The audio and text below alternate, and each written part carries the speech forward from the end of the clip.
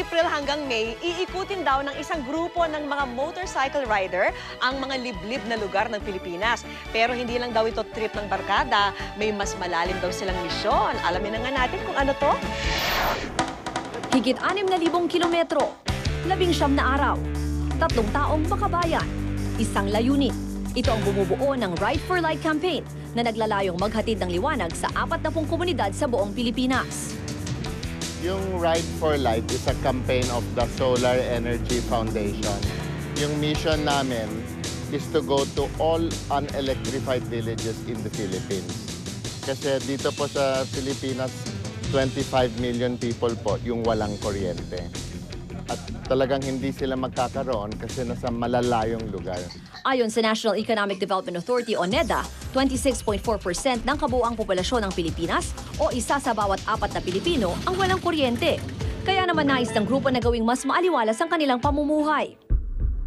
Sa harapan ng monumento ni Rizal sa Luneta ang Kilometer Zero o simula ng sukat ng distansya sa Pilipinas.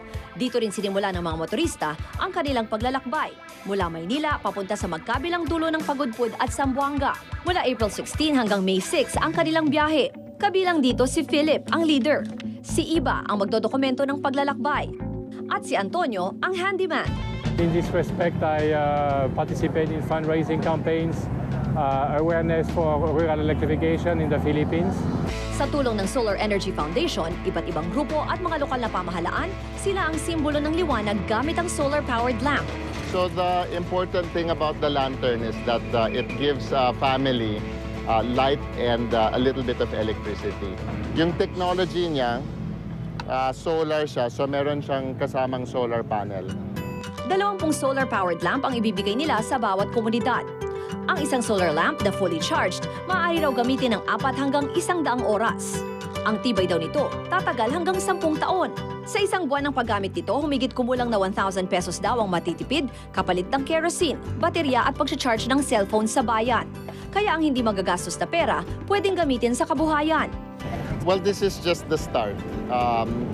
What we want to see is that if solar energy is working, we're doing this all over the world. I also expect to share the rich cultural heritage of the Philippines and show it to people, as well as its beauty. We'll stop in very beautiful places, so I look forward to it. Lahat ay umaasa na babalik silang ligtas at matagumpay sa pagbibigay liwanag sa ating mga kababayan. Ako si Ruth Cabal at ito ang aking good news.